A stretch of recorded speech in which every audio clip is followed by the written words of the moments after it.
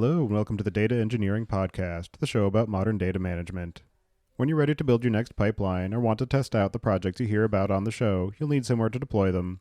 So check out Linode. With 200 gigabit private networking, scalable shared block storage, and a 40 gigabit public network, you've got everything you need to run a fast, reliable, and bulletproof data platform.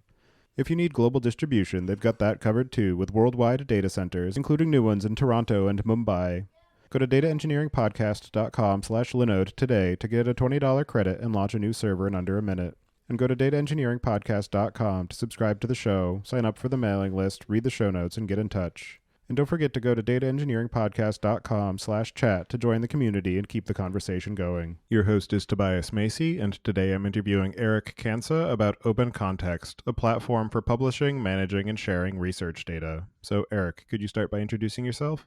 Hi, my name's Eric. I direct the Open Context Project, and it's a nonprofit publishing service for archaeology, archaeological research data. And it is now, started out in 2006. It's gone through several different iterations over the past several years, and we currently have about 1.5 million entities that we've published. We can talk about more what that means later. From roughly about 1,000 different researchers and institutions around the world. And it is really intended to be a way of sharing a lot of the structured data that comes out of the world of archaeological excavations and archaeological surveys. And do you remember how you first got involved in the area of data management? Yeah, mostly it was born out of frustration. I was doing my graduate work, my dissertation work in the late 1990s in archaeology. My background was focused on studying the early Bronze Age and the impact of the formation of the Egyptian state and civilization on its neighboring regions. And that work involved building some databases and some GIS. And I was really interested in seeing, how the data that I was creating and look and exploring and how it would relate to the data that other researchers had also developed. And it was super frustrating because there was really no access to their data. So we would get these very, in some ways, frustratingly superficial publications where they would summarize a few results from excavations that were related to what I was looking at, but I was never able to see like the structured databases. What are the actual counts of the different things that they were finding, and how did that relate to what I had? So that was one of the real reasons why I wanted to get into this area, is because there was a real niche there, that there's really a strong need to be able to compare these different data sets and try to see the bigger picture. And decades later, we're still working at it, and it turned out to be a much harder problem than I initially naively thought it would be. And so along that journey, you ended up working on building the open context platform and organization. So can you describe a bit about what it is that you're doing at Open Context and the mission that you're trying to drive towards and how the overall project got started?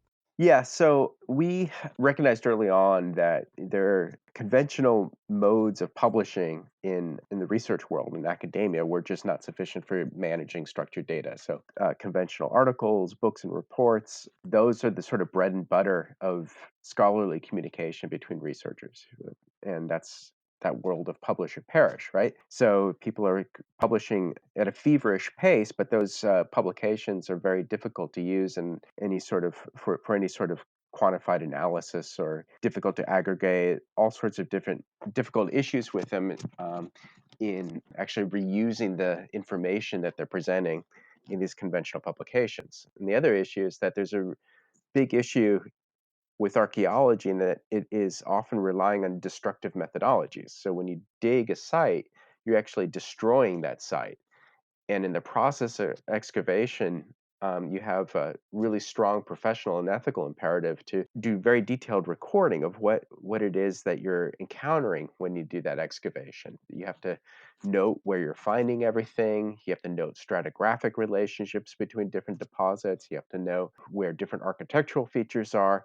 There's a huge amount of recording that has to take place, and that recording is actually quite complicated. And it's typically done using databases of one form or another.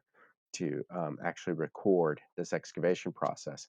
And unless we come up with ways of keeping that information, keeping those records in those databases, then that process of excavation, destroying sites, all the information that comes out of that will be lost unless we do something to preserve and archive and share these digital data. So in addition to, opening up new research opportunities, which is one of the things that got me excited about this issue about, managing data, we have this really important ethical imperative of actually, this is the way that we're going to pass an archaeological record down to future generations if we are successful in the management of this research data. So those are the sort of driving forces behind this. And then open context is our attempt to try to provide, practical real world services in order to try to meet those sort of larger needs of dissemination, opening new research opportunities, and also putting these data into formats into a larger public context and into digital repositories where they could be preserved. And so the data sets that you're managing, are they solely dedicated to archaeological research, or do you have other scientific domains represented as well? The vast majority are archaeological. We have one test data set in public health, but for the most part, we're busy enough to with the archaeologists that we're really focused on that need. And the other issue is that our publishing model, the way that we curate the data really requires some domain expertise. So just because of who we are in terms of our own background and staffing and all that, we do focus on archaeology, not other outside domains where there could be also very different kinds of data modeling and metadata and ontology kinds of concerns that beyond our expertise and comfort level.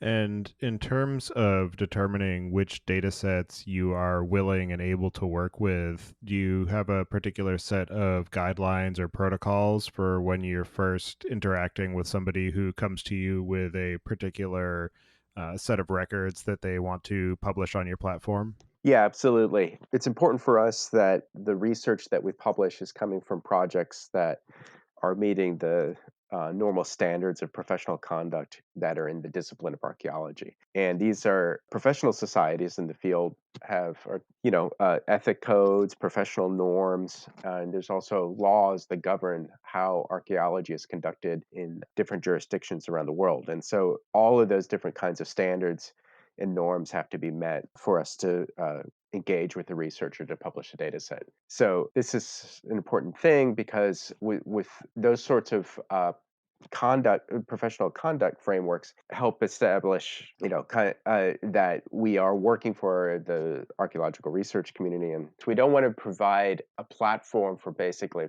for people who are doing treasure hunting.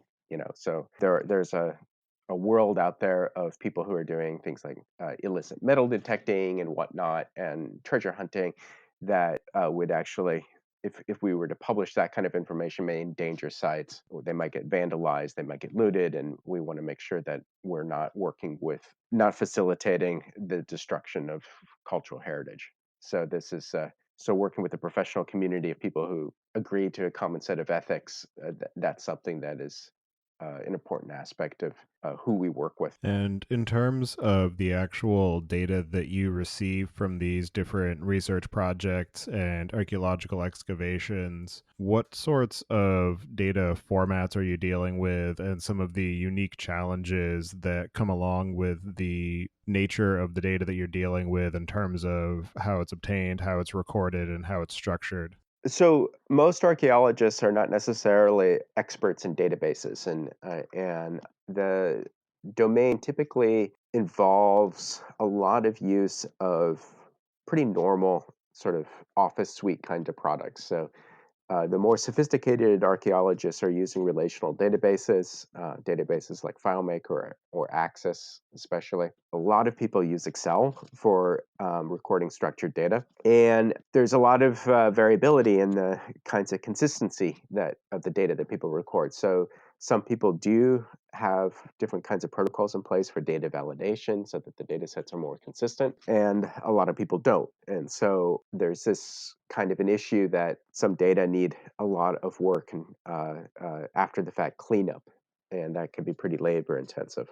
One of the other issues is that archaeologists collaborate when they build their data sets typically. So a single excavation may have different individuals who are documenting, describing archaeological contexts, which are different kinds of deposits of dirt that they encounter when they dig. And they would have different specialists who would be studying the different classes of materials. So typically there would be say, animal bones that are recovered from an archaeological site. And those are described by a zooarchaeologist, somebody who has training in zoology and anatomy. There could be seeds, charred seed remains that are being described by a botanist. There could be different experts who would be studying different aspects of material culture. So pottery, coins, stone tools, metal implements.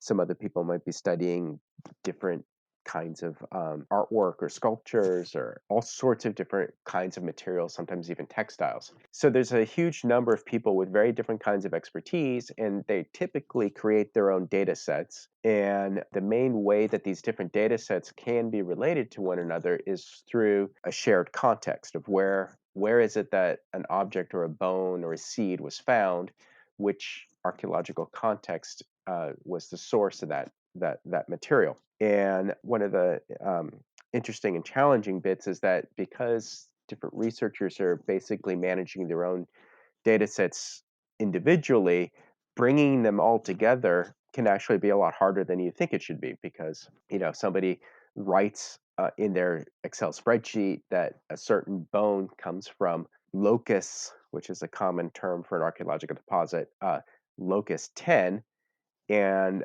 they write L.10, and then somebody else in a different database is looking at stone tools from that same locust. They might write locus 10 or just 10. So there's this issue of inconsistent identifiers that are used to reference archaeological context, and that can actually be a very big headache in order to relate these different kinds of materials all together for just one archaeological site. And so this is why there needs to be a lot of investment in trying to go through and understand the different ways that some of these identifiers are expressed and just reconcile them so that you can actually bring the materials together in the way that they should be. And in the process of onboarding these different data sets from various research activities or dig sites, as you were saying, there's a lot of domain expertise that's required to be able to make an effective use of that source data and convert it into the schema that you've established for open context. So, can you talk through some of your strategies and tactics for ensuring that you are able to make an appropriate set of transformations for these different data sets and try to extract patterns to make the process more repeatable, and also any issues that you encounter during that activity as far as mitigating data loss because of those conversion efforts? Yeah, I mean, on the aspect of data loss, whenever the open context has a very, very abstracted, generalized global schema. There's not much more to it than sort of almost like a triple store or a key value pair so type of thing describing every entity. And we have some common metadata requirements and some common rules of inference around all of that help make things a bit more discoverable. But really, a researcher who submits a data set to us can describe those data with any sorts of attributes that they want. They often have their own control vocabulary. Sometimes they're going to be referencing a shared control vocabulary that might be professionally curated. So, especially the people working with animal bones, pretty much they're classifying the species, the biological taxa of the bone in very similar kinds of ways. And so that becomes an easier issue in terms of sharing, linking across different classification systems. But for the most part, people come up with their own idiosyncratic ways of describing stuff. And open context's main assumption is that stuff is related via contextual relationships, that a certain record will have relationships to other records that we can describe. So a lot of we're very sort of flexible, I guess, in terms of the different kinds of schemas that we accept. in terms of, especially with descriptive attributes. The hard thing really centers on making sure that we're understanding the identifiers correctly in the source data set. So context identifiers are the thing that we focus a lot of attention on. And the other thing is just, what is it that is being described is one of the things that we would care a lot about. So sometimes, depending on the way that somebody structures a data set, there could be multiple records. Say if they're just using a flat table like an Excel spreadsheet, multiple records are describing the same thing. It's just that they want to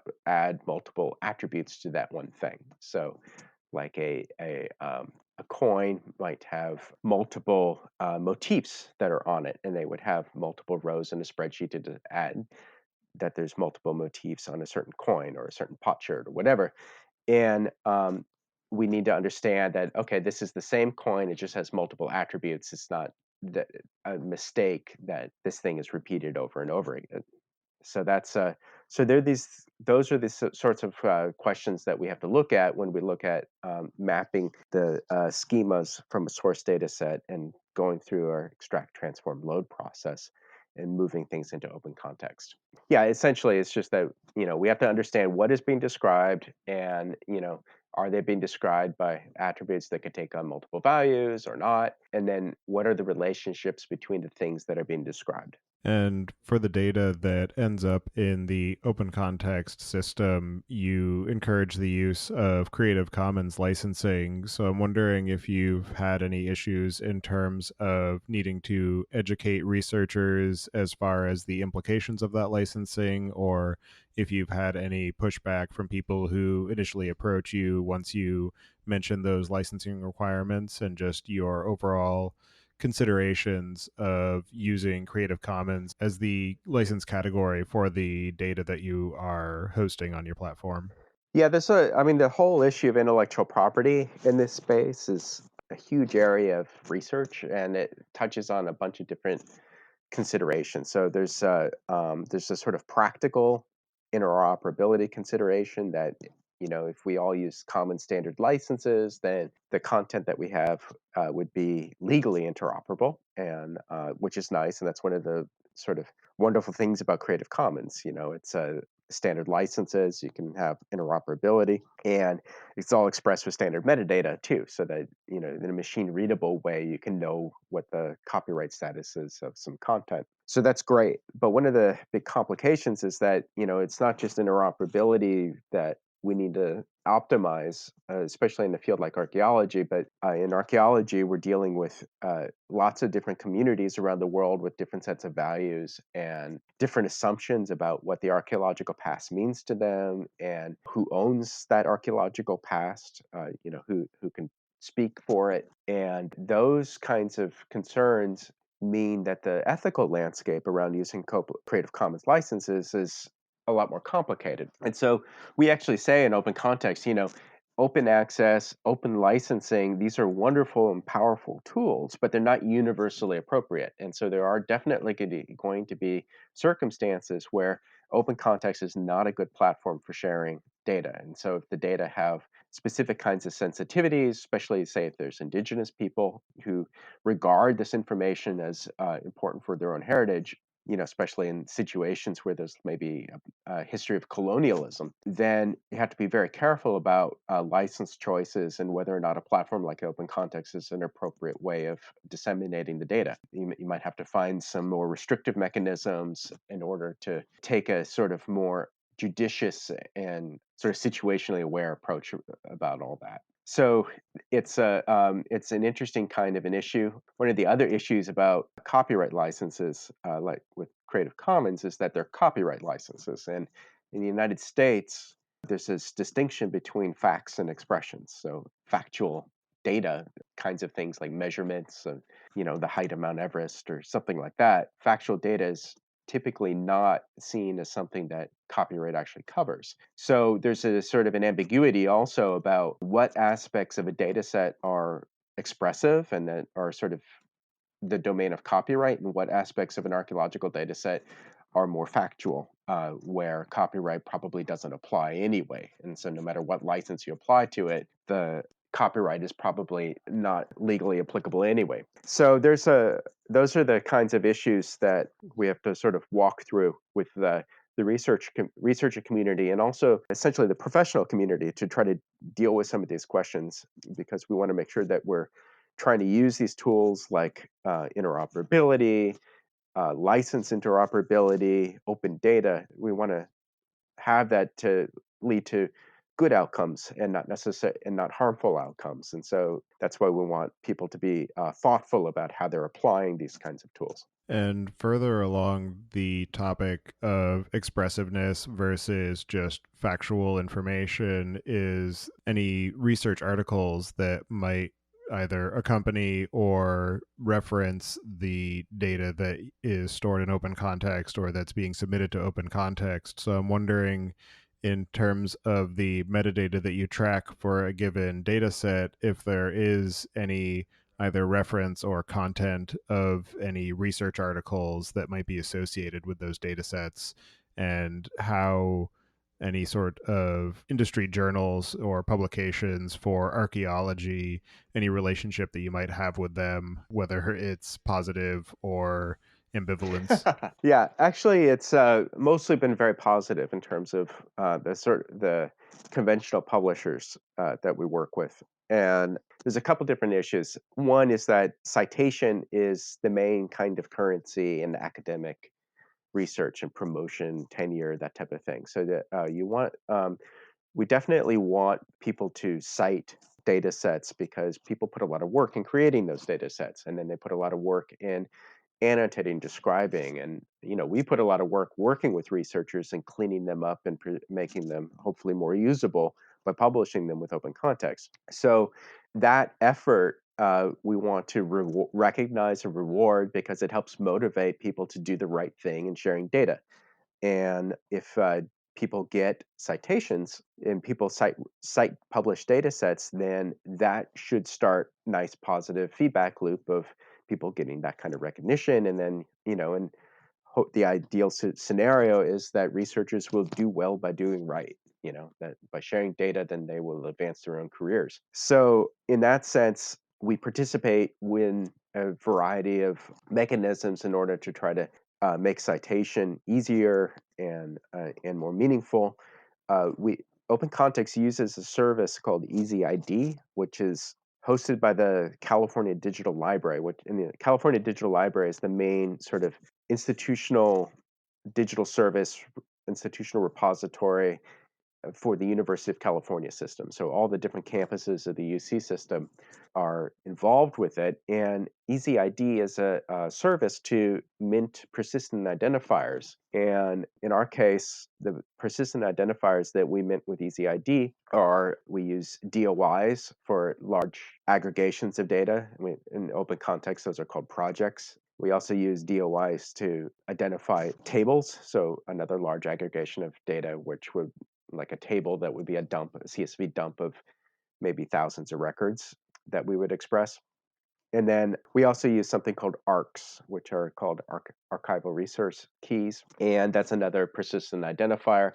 And we use that for more granular kinds of content in order to facilitate citation of something maybe very specific. And this is one of the advantages of open context versus sort of more conventional data repository, is that we can make very specific entities of interest to an archaeologist directly citable. So, say an example could be a coin. So, somebody might discover a coin. It might have some interesting, it might be minted maybe in Rome and discovered clear across the empire all the way over in Turkey. And that would be kind of interesting to be able to trace, wow, that really traveled far in antiquity. And you might want to reference that specific object, that coin. If we only published or only curated data sets as they sort of came to us, and big tables of spreadsheets and big relational databases, that coin would not be something that you could actually cite, because it would be a record that might be in a giant data table, or it actually might be information that might be scattered on several different data tables, right? So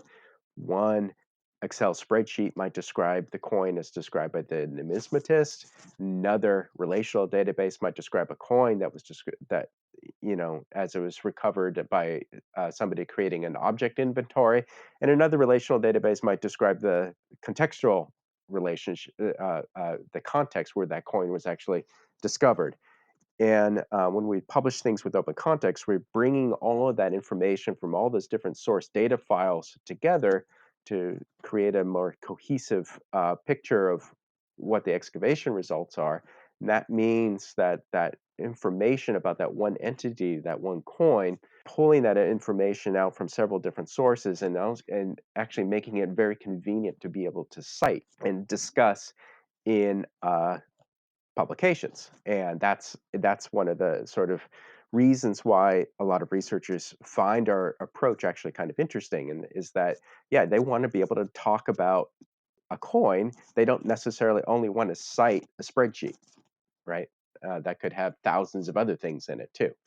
So that's one of the key aspects of all of this, is that it's not just the sort of fitting into the academic cycle of rewards of the citation, attribution is how you advance your career, but citation is actually a really important aspect where people make sense of things. You want to be able to talk about a specific object or context or site, some other entity of interest, and in order to talk about it, you have to be able to point to it, you have to reference it, and citation plays an important aspect in that as well. And in terms of the technical architecture that underpins the open context platform and the ability to manage these entity aggregations and expose the data for these direct citations and for being able to discover interrelations between the data, can you just discuss the overall technical platform that you've built and some of the challenges and architectural evolutions that have occurred along the Yeah. way?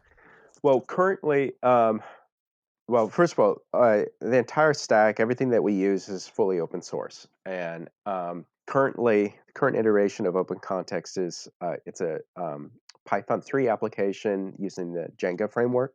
And we have a Postgres relational database as our primary data store in the backend. And we use an Apache Solr index. It's basically a big document NoSQL database for things like faceted search. And not a lot of open context is really meant for sort of itself for data analysis or visualization. What we're trying mainly to do is to make the data that we curate browsable, discoverable. You can actually look at it, and hopefully it's somewhat aesthetically pleasing at least.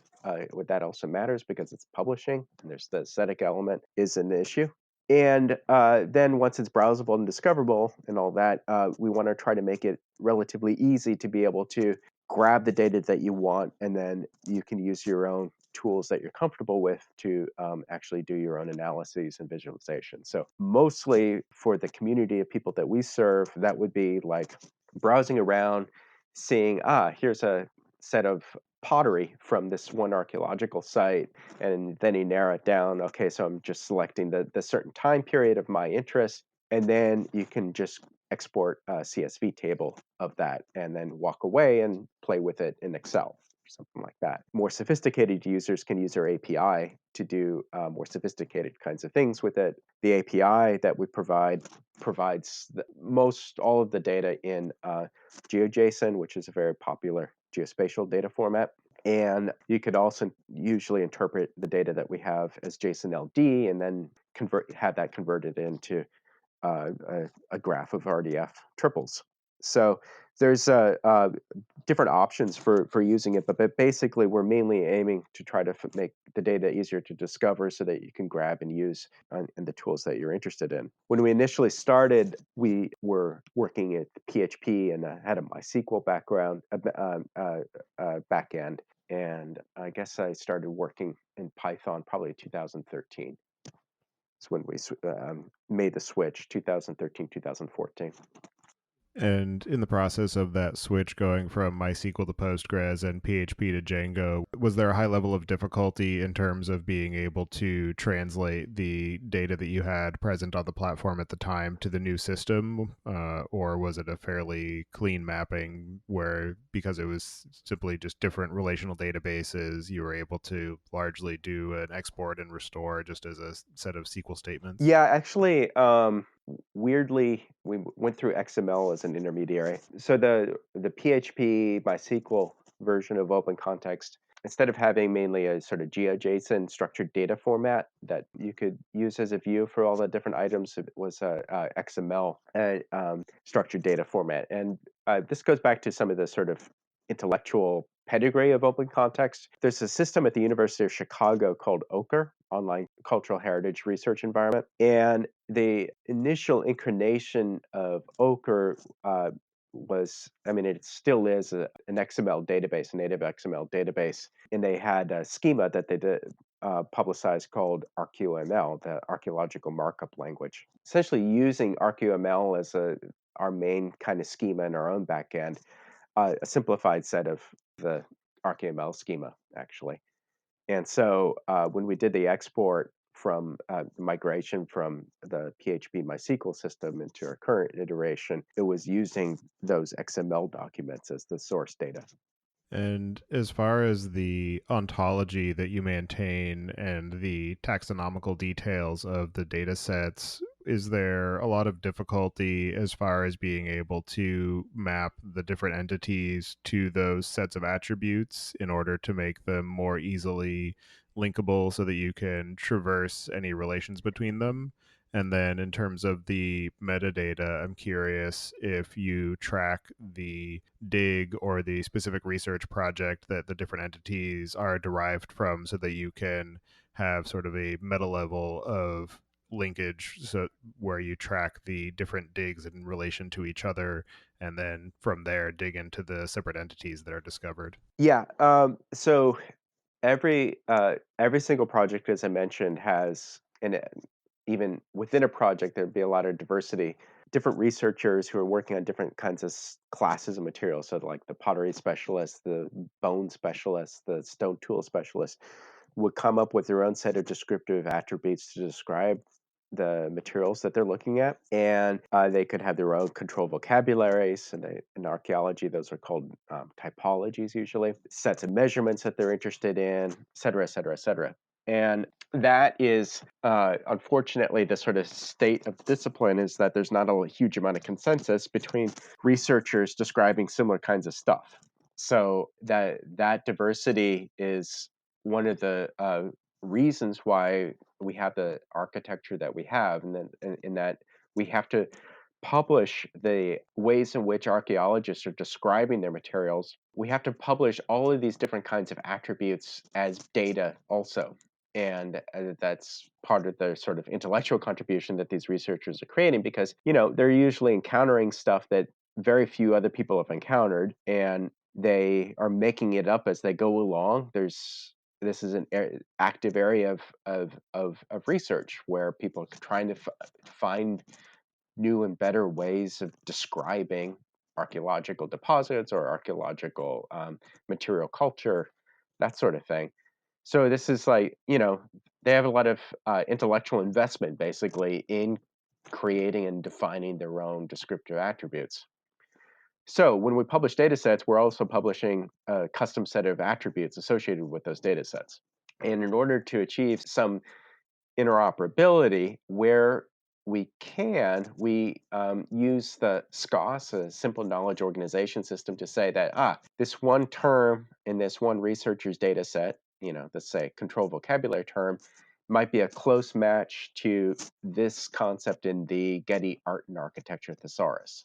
And so that would be a common standard that would be widely applicable in cultural heritage. So a good example might be a type of Etruscan pottery called bucaro. So the bucaro is this really pretty sort of dark gray, shiny, heavily burnished kind of pottery, and it might be described in a couple different ways in different researchers' data sets, but There are some museums and the Getty Art and Architecture Thesaurus that have their own control vocabulary that describe that. And Getty Art and Architecture Thesaurus is a nice openly licensed linked data kind of thesaurus. And we can say, this term Bucaro is a close match for what Getty said, how Getty defines it as Bucaro.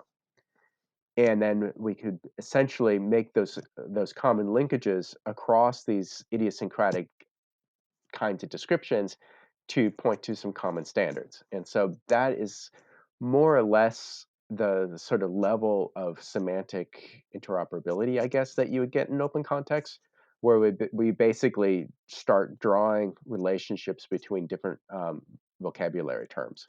So it's not that sophisticated. We're not in the sort of business of supporting sort of inferences on owl ontologies or anything like that. That would be an awesome thing to do more in the future, especially if we get to collaborate with some people with those sorts of interests and expertise. But we do get is the ability to combine different data sets, and we've been most successful with zooarchaeology, with animal bones, where people have we've basically using that kind of technique. You can actually do searches now and discover all the cattle bones and all the tibia of cattle from dozens of different archaeological projects, and that is a pretty big accomplishment in a field like archaeology where everybody's doing their own thing. And once the data is written into open context, is it largely static at that point, or do you have people who will periodically go back through and add additional information or metadata or linkages after the fact? And is that something that users of the platform are able to contribute as suggestions or enhancements to different data sets? That would be really interesting to be able to support that. No, we haven't built out that sort of functionality of sort of user contributed semantic enhancement or even just, hey, there's a bug here or an error. One of the things that we've been experimenting with and are going to be moving ahead with in the near term is also just version control of data. For the most part, most of the data that we publish with open context is once it's published is pretty static. The main changes are usually going to be additions where we might publish a set of context first, and then the pottery person is ready with their pottery data, and we add to that context data set pottery and et cetera, et cetera. So most of it's additions, but sometimes there's going to be error corrections and that type of thing. And we have essentially, because we generate all these JSON LD documents, we have used Git actually as a version control mechanism for all of that. We're doing more of that internally because it was starting to get unwieldy with Git. We were building these giant bloated Git repositories that were getting too difficult and just crashing my machine all the time. So we're using Django reversion for tracking changes internally, and we're trying to figure out a good way of expressing that publicly of what those changes are. So that's actually an area of active development, but we do have a sort of an audit trail of how things are changing internally. And that brings me into a couple of my next questions, one of which is the average size of the typical data set that you would be processing, just in terms of relative volumes. Are they generally in the megabyte, gigabyte, terabyte scale? And then I know that part of your overall endeavor is also to serve as an archive repository for a lot of this information. So I'd be interested in exploring some of the complications that arise from trying to maintain a long term record of this information, particularly as storage formats and physical medium changes over time. Well, I'll just start with the archival issue first. We're not a preservation repository because that involves a whole host of institutional requirements and workflows and processes that we just don't have the capability, we don't have the scale to be able to achieve ourselves. But what we do is when we publish data, we put the data that we publish into preservation repositories. So, but those are managed by other institutions. So historically, the main institution that we've worked with and we continue to work with is the California Digital Library, which is again the main repository of the University of California system. We're also using Zenodo which is another repository that's it's at CERN, the particle physics research lab in Switzerland. And the rationale for using Zenodo is that they have a very nice, convenient API, and they support a lot of metadata using linked data entities that I find useful. And there's already a lot of sort of convergence on using them by other archaeologists. So it's the material is there with there's a good sort of a community of people already engaged with Zenodo. So that's for long-term data preservation. We don't actually, we're not going to be the end place for it. But what we can do on our end is to try to make that data preservation more feasible, more likely to actually work out, in the sense that when by publishing data with open context, then we're extracting data from a bunch of different source data sets with very different kinds of file formats and whatnot, and expressing it as structured data in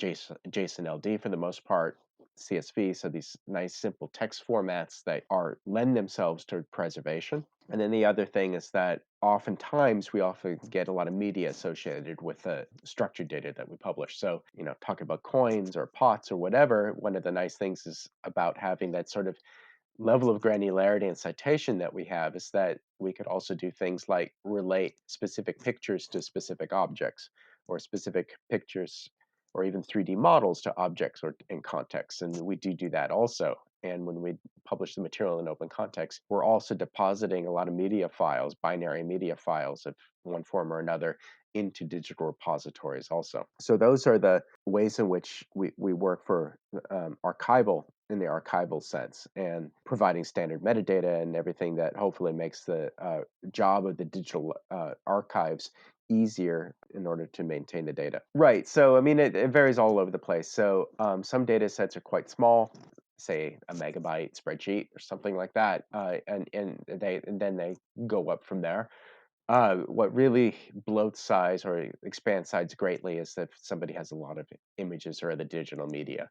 So 3D files take up a lot of space, obviously, but in certain circumstances, we recently published a set of some archival materials for the describing the Great Sphinx at Giza in Egypt, and even one file, one scanned image could be a gigabyte itself. So and that's and we would have something like 30,000. So that there's sometimes some large space and storage concerns. And again, um, we really couldn't do what we do without having that fundamental infrastructure, the services being provided by the digital repositories, the digital libraries, hosting all these things over the long term, because hosting all these things on our own actually starts getting expensive too, uh, with all those files. And as you mentioned, you don't do any in house complicated analyses or visualizations of the data that you are hosting. So I'm wondering what some of the most interesting or unexpected uses of your data you have seen out in the wild. Yeah, probably the most significant use of data for us has been the Digital Index of North American Archaeology, and it's the DINA project, is this acronym. So what DINA is a aggregation of data that's a little bit different for us in open context. Is that most of the data in open context come to us from academic researchers. DINA, the data sets coming to us in that project are coming to us from state government officials. And so in the United States, there are historical preservation laws that are at the federal level, and the federal government has delegated the enforcement of those laws to different state governments. And so each state has officials in charge of managing cultural properties, historical resources within the state borders.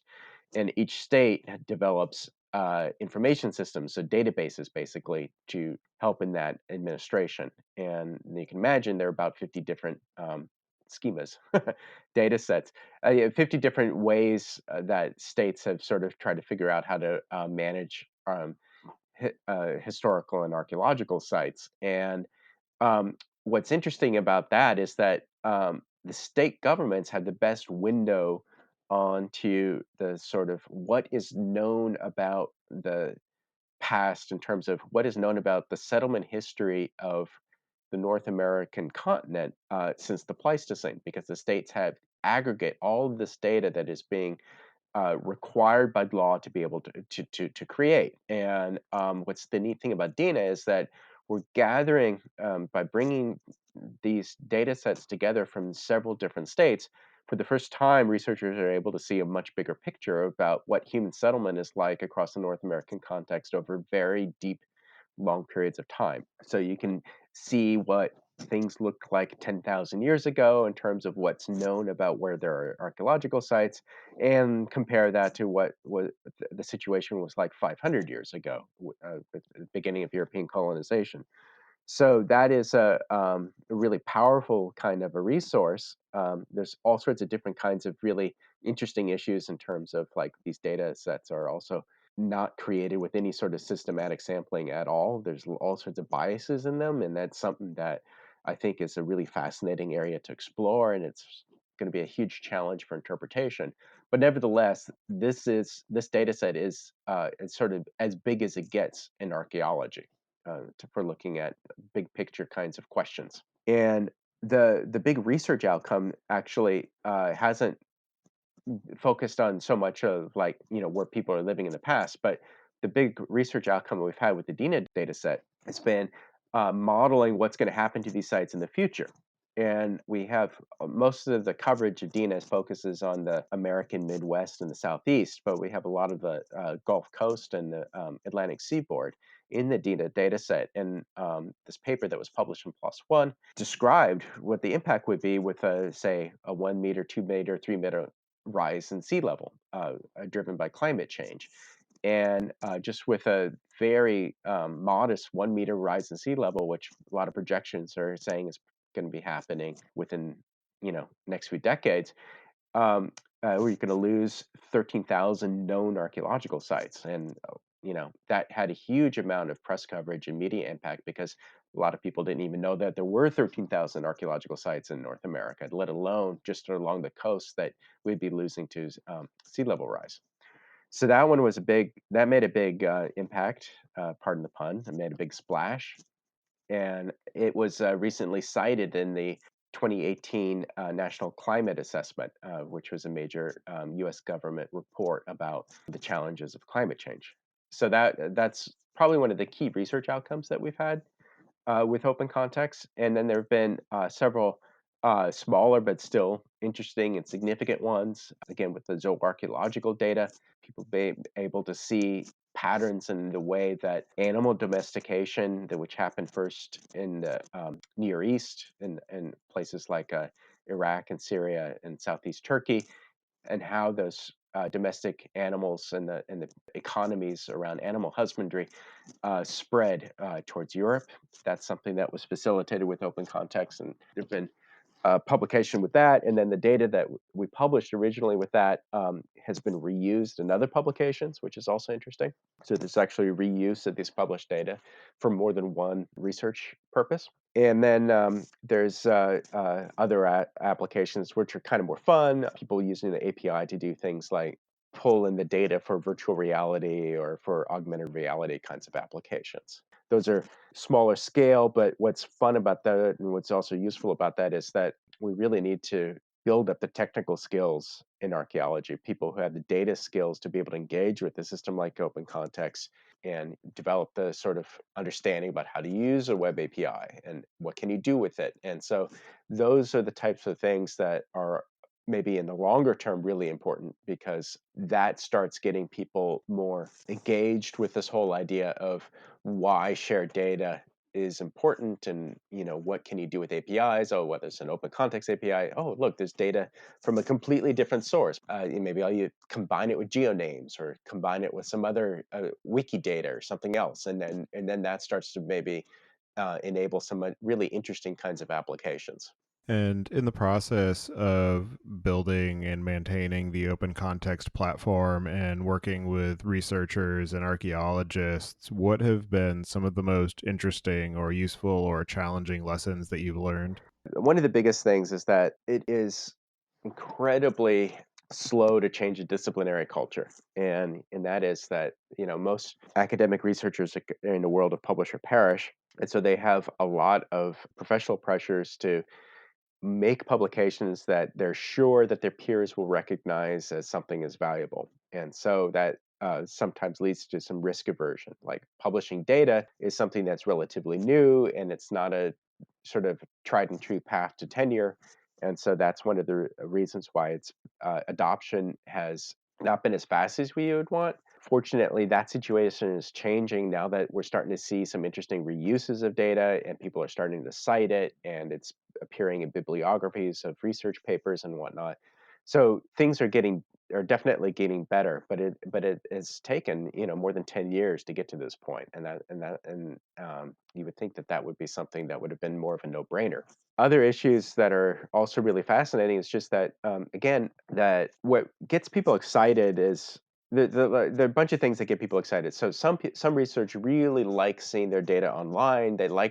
They want to show it off. They want to see. It's a great way to have sort of an exhibition. So there museums and other institutions have beautiful websites that show off their collections, and researchers are happy to use a service like Open Context sometimes so they can participate in that, show off, what is it that they've discovered, and also show off in a lot of ways that, look, I do such really awesome and rigorous recording. Look at all this wonderful data that I've got. So that's a positive incentive, and so that's something that I think has been underappreciated in the world of research data management. And that a lot of times there's this sort of discussion of carrots and sticks about this, and there's sort of efforts to make sharing data mandatory, and that if you want a grant, you have to share your data. And in a lot of ways, I think that's I'm very sympathetic to that. I think that's definitely the right thing to do. But we also need the positive incentive. So citation is obviously a positive incentive. People coming up with good research outcomes from shared data, that's a good positive incentive. But the other side is just that we want people to feel that publishing and sharing data is something that's recognized, rewarding. It helps make their data look more attractive, it's more usable, their own data set is more usable to them. There's a lot of positive incentives that I think is good that we try to emphasize with open context, because then we want to try to get past the sort of notion that data sharing is this like minimal checkbox compliance thing, where I threw a couple ugly spreadsheets into a repository and I'm done, right? That's not very meaningful.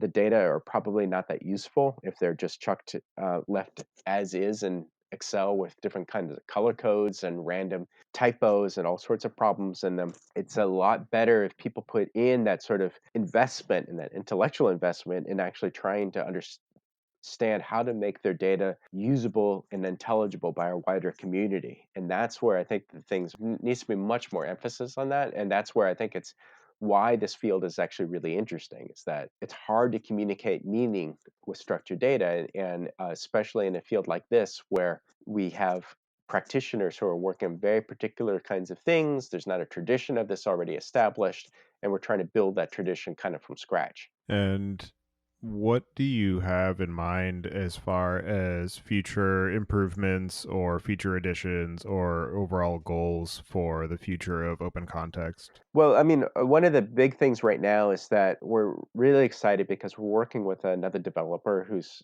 deep in the guts of the system right now, Raymond Yee. And Raymond has a great background in research computing. He's worked with Ungluit. He's done some really wonderful work, and he's a fantastic Python developer.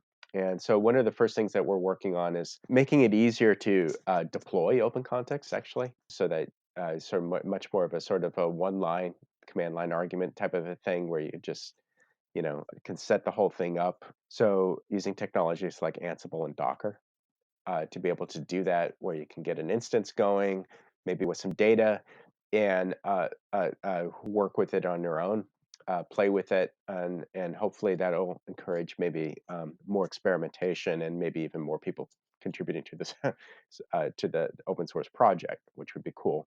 So there's that. Then we have a lot of needs in terms of we're bumping up into some scaling issues. Things are starting to slow down as our index has grown, and so just sharding it is going to be an important next step. Lots of optimization side things to do in the back end to try to improve speed. And once we've got some of that worked out, then we're going to be in a much better position to start tackling some really challenging user experience kinds of issues. So one of the hard things about archaeology and especially the approach that we have is that because there's so many different ways of describing these materials, then presenting search results and making information easy to retrieve and find is hard. And so we need to put a lot more investment in the trying to make the exploration of open context much easier than it is right now, because it is challenging because of the diversity of the materials in there. We need to come up with better ways of guiding users to be able to find what they're looking for. And then making sure that once they found what they're looking for, making sure that they can leave with the data set that they expect it to have in a format that is going to be useful for them without too many technical hurdles in the way. And are there any other aspects of open context or research data curation and publication that we didn't discuss yet that you'd like to cover before we close out the show? Well, I think that again, one of the weird things about this, and the harder aspects of this too, is that this is a really new area of research in a lot of ways, and what it really requires are people with the sort of technical programming kinds of skills, data skills, so the sort of data science, I guess, and also library skills, thinking about issues of metadata or preservation, copyright, and intellectual property, and then there's the domain skills, understanding the domain of archaeology and its specific requirements, and why is it that we have 100 different researchers and 200 different classification systems for the same set of materials. So so there's a lot of these kinds of areas of expertise that we have to bring together, and we don't really have right now institutions that are well set up to be able to cope with these new needs. We don't really have really good, clear career paths and ways of sustaining all of this. And so that's one of the big challenges, that things are very siloed in universities, where say a university librarian does library things, academic researchers publish in conventional journals. We're asking people to come in together and bridge several different kinds of domains that traditionally haven't really worked closely together, and that's a real challenge. And that's something that is not just in archaeology, but it's one of the real fundamental challenges of managing research data across all sorts of different disciplines. So we definitely need institutional structures that can help organize that, facilitate that, sustain that, and also the people that are involved in that. There's a lot of expertise that has to go into this that doesn't really fit well within conventional structures. So the big challenge moving forward is that I think a lot of people realize and that research data is important, that we have to curate it well. We want to preserve it so that it can be accessible for people in the future. People can say new things with it. So there's all sorts of interest in this, but we still haven't nailed down exactly how institutions are going to make this information broadly accessible and usable for the future. Right now, it feels still pretty rickety in terms of the sort of sustaining supports. Like, we want to make sure that this type of thing becomes less weird and much more of a regular part of the way research is conducted in the 21st century. All right. Well, for anybody who wants to get in touch with you or follow along with the work that you're doing, I'll have you add your preferred contact information to the show notes. And as a final question, I'd like to get your perspective on what you see as being the biggest gap in the tooling or technology that's available for data management today. Oh, all right. Well, I mean, that's a really good question. From our own specific work, we spend a huge amount of time cleaning up data sets.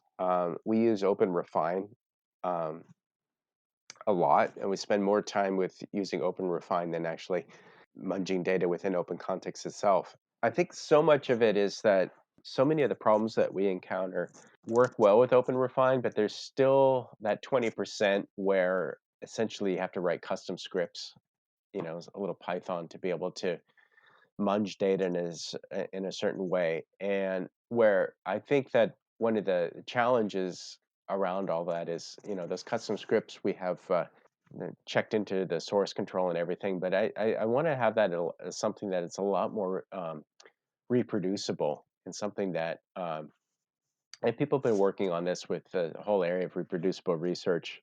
There's been a lot of work, interesting work, using things like Jupyter notebooks and all that type of thing. But it needs to be it'd be really good to be able to have these kinds of pre-processing, data processing kinds of pipelines much easier to curate, and to be able to sort of, I guess, audit, to be able to see exactly what the inputs are, what you did, and what the outputs came out to be, so that you can make sure that if you have a problem, you can trace it and you can justify what you did along every step of the way, and do that in a way that is not overly onerous in terms of, you also have to get stuff done, right? So there's this balance between trying to document everything, be reproducible, and also trying to actually make sure that you can make a deadline, get the data actually out without expending too much time and resources in doing that. So I think that that's an interesting area that could use some tooling. I think it's a really challenging area, but it's something that I'm really